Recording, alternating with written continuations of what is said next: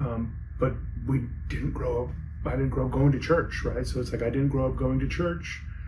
And then we moved to Minnesota. I didn't really have any foundation of it, but we moved into a town that was very kind of divided. It was like had a highway going through the middle of it, and if you were on this side of the highway, you were Catholic, and if you were on this side, you were Lutheran, and they didn't really talk to each other. And it was an interesting place to grow up. It was still very rural when we moved there.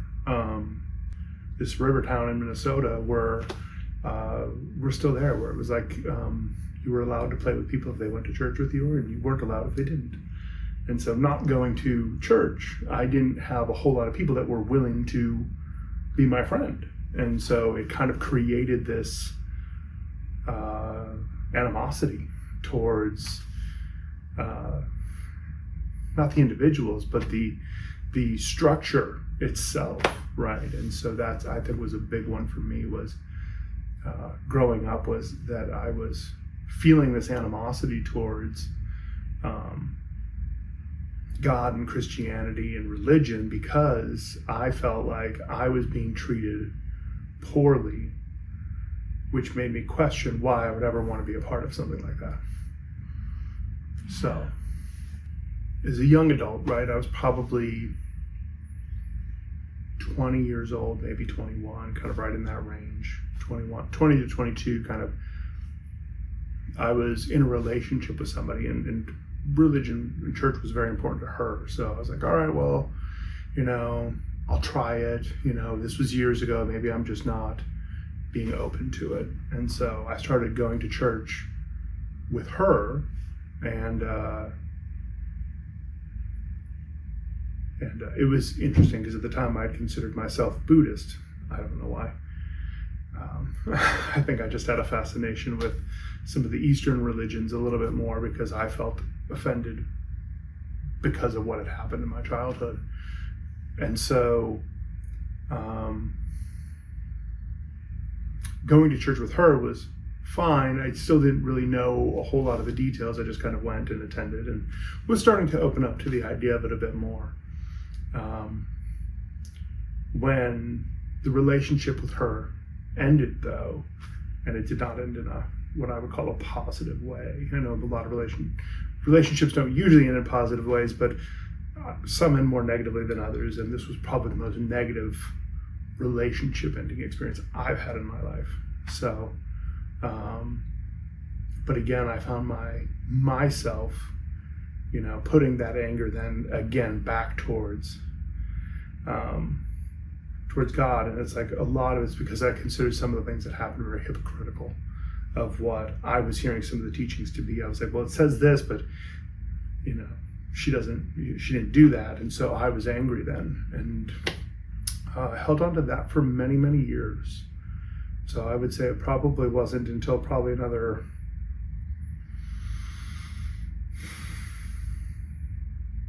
16 to 18 years after that I even started to feel any kind of draw towards religion and faith again. So, and then I started to feel a little bit of pull. This would have probably been about 3 to 4 years ago.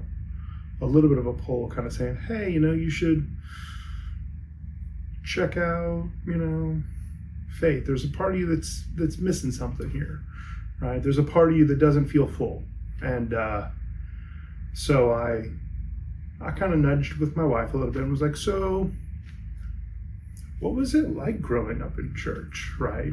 Not having experienced it myself. And so she shared some of those stories from her perspective. And there were positives and negatives. And so I heard some things where I was like, oh, that sounds really nice. And some things I was like, I knew they were hypocritical.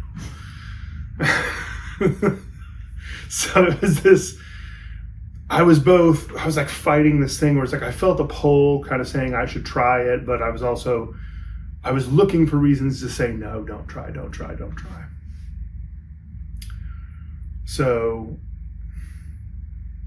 So that would be my kind of my adult experience with it. And then the biggest obstacle that I had was I was holding on to a lot of anger, more so than I realized, right? Everyone was like, oh, you're so calm, you're so composed, you're so put together. And I realized I was holding on to so much anger that it was just numbing all of my other emotions, right? So it's like feeling joy. I was like, oh, I recognize that I'm feeling joy. But it was kind of that. It's not like I'm feeling joy, I'm feeling good. It was like, I recognize that I'm feeling joy right now. And that was like the depth of the emotion. It was like I could not get deeper feelings. And so I started doing men's work. I had a friend who invited me because he was invited and he didn't want to go alone. And so I was like, sure, I'll jump in both feet first. I don't mind.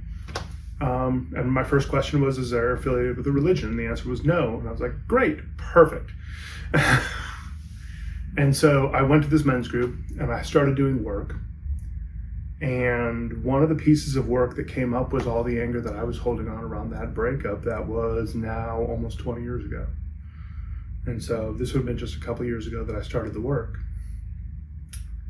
And so I started to process some of that anger and got it out and started to just, I remember the week, literally it was like 2 days later, I was going to a conference and I was going to see a friend of mine who I hadn't seen in years. He lives in Michigan and he and I were both going to the same conference together. And I was like, sweet, I get to see my friend. That's going to be cool. And then I was like, what is this feeling in my chest?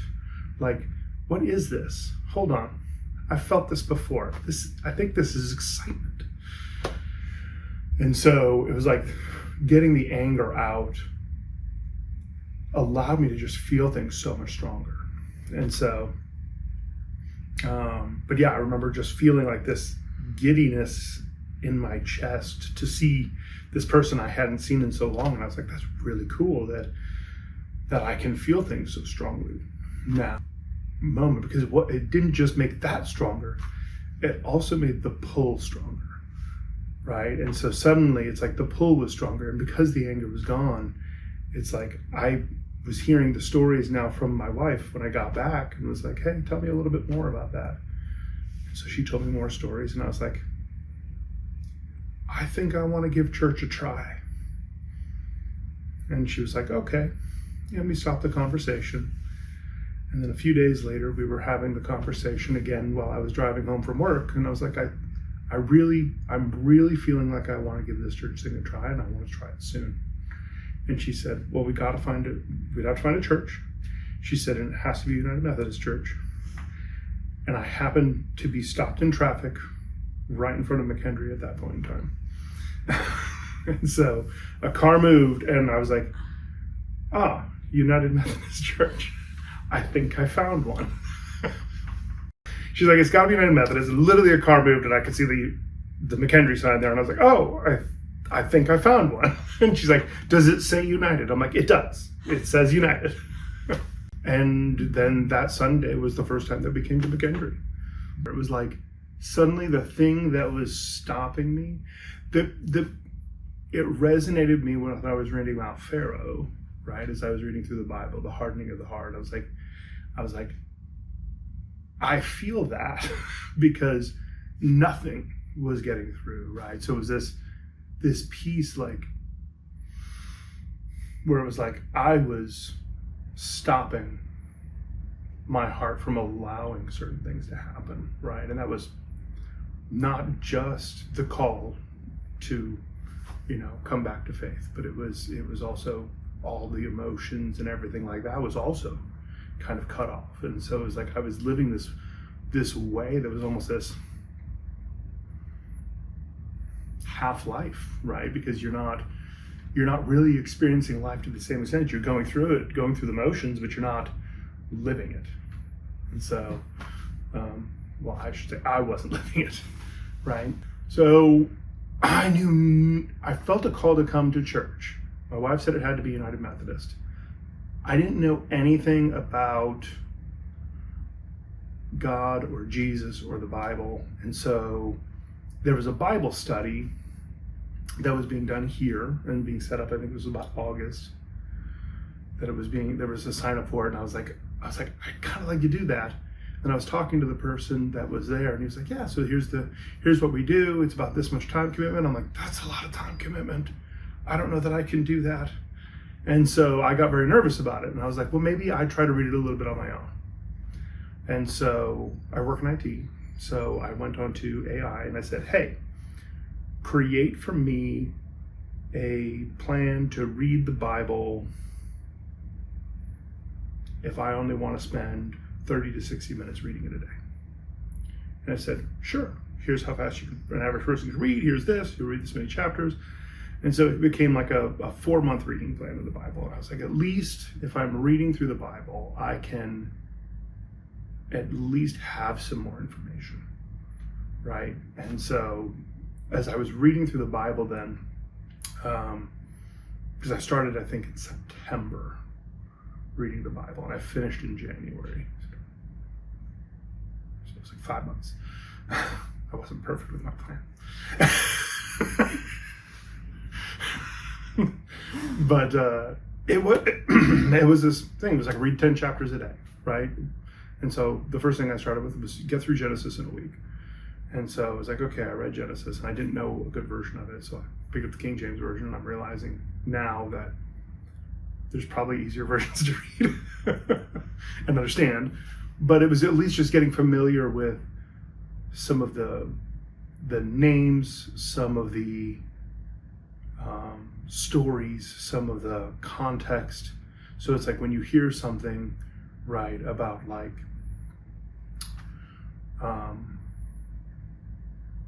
when I was coming to church, it's like I was hearing stories, and I was like, I didn't know what Psalms was. I'm like, Psalms, it's a book.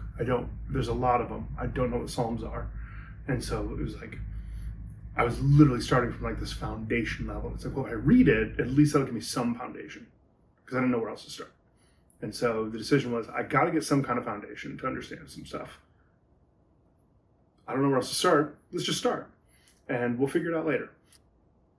I started reading it pretty much like when I made the decision to start reading it. I downloaded the the Bible? I can't remember the name of the Bible app. The YouVersion Bible app, because it had like all the different versions, of course. And then I had to figure out which version to read. And I got that, and I started reading. And I was getting really good at reading the King James Version through the Old Testament. I got through the entire Old Testament with it. And then I tried to read Matthew, and I didn't understand anything Matthew was saying. So then I started reaching out to people, and I was like, is there a better version for me to read? and they started throwing out all sorts of ideas. So I was like, oh gosh, I don't know which one to read for the New Testament, but I definitely wanted to understand the New Testament better than the Old. And so when I came to church that Sunday, I was like, oh wait, that version. And so I went in and I looked up the version that we had in the church, and that became a much easier read to kind of understand the stories of Matthew, Mark, Luke, and John. And then to understand some of the miracles, even though I probably was more focused on reading at that point than I was on understanding. But I felt compelled to read it and kind of absorb it. And so Matthew, Mark, Luke, and John were good stories for me. I think where it resonated with me, and when I finally made the decision that I wanted to I made the decision I wanted to get baptized when I read, I think it was Luke, because he made a comment.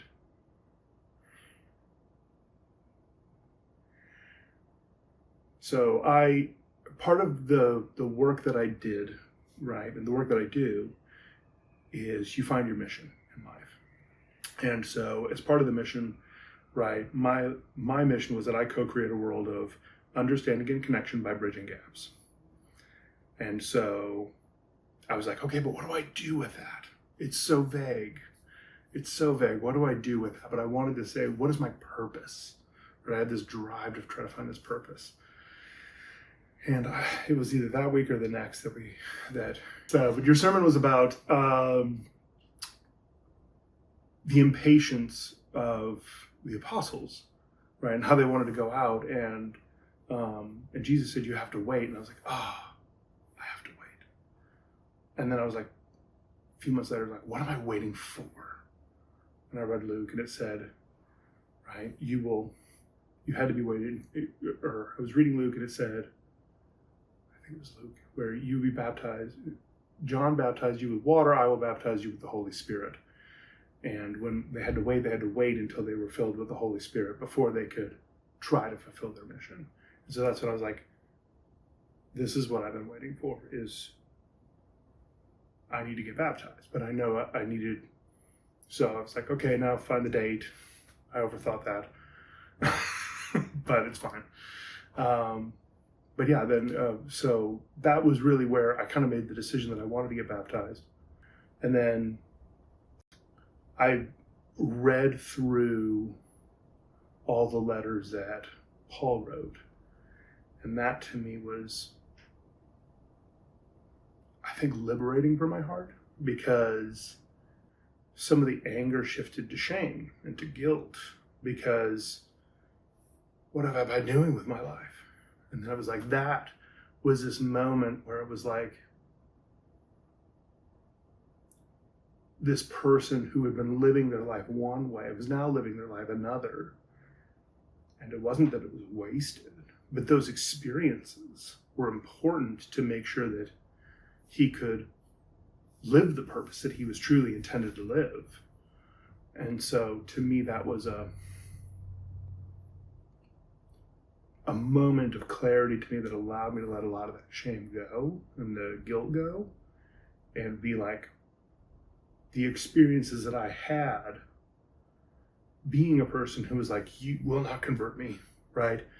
And hearing people try to say things like that, it was like, gave me this understanding as I've been talking to people, where it's like, I don't feel like I approach it the same way somebody else might, because I know what it was like to be on the other side, and how those words weren't just going to pull me over. Something else had to. And so I think that's one of the things that was a lesson that I needed to have to be able to do what I must do. But yeah. So the church, for me, I think one of the things that surprised me the most about my country was the diversity here. Just the different people from different places. And I didn't realize how much that was going to call to me at the time, right? I think I was part of what I feel like I felt like, part of what I think I missed in my childhood by being so distant from church and religion and things like that, was this sense of community that comes with it too, right? And so I think I was looking for that, and I didn't realize that this diverse community was such a great way to just see people that were uniquely them, right? It's like being able to see each person and know that there is nobody else that is this person.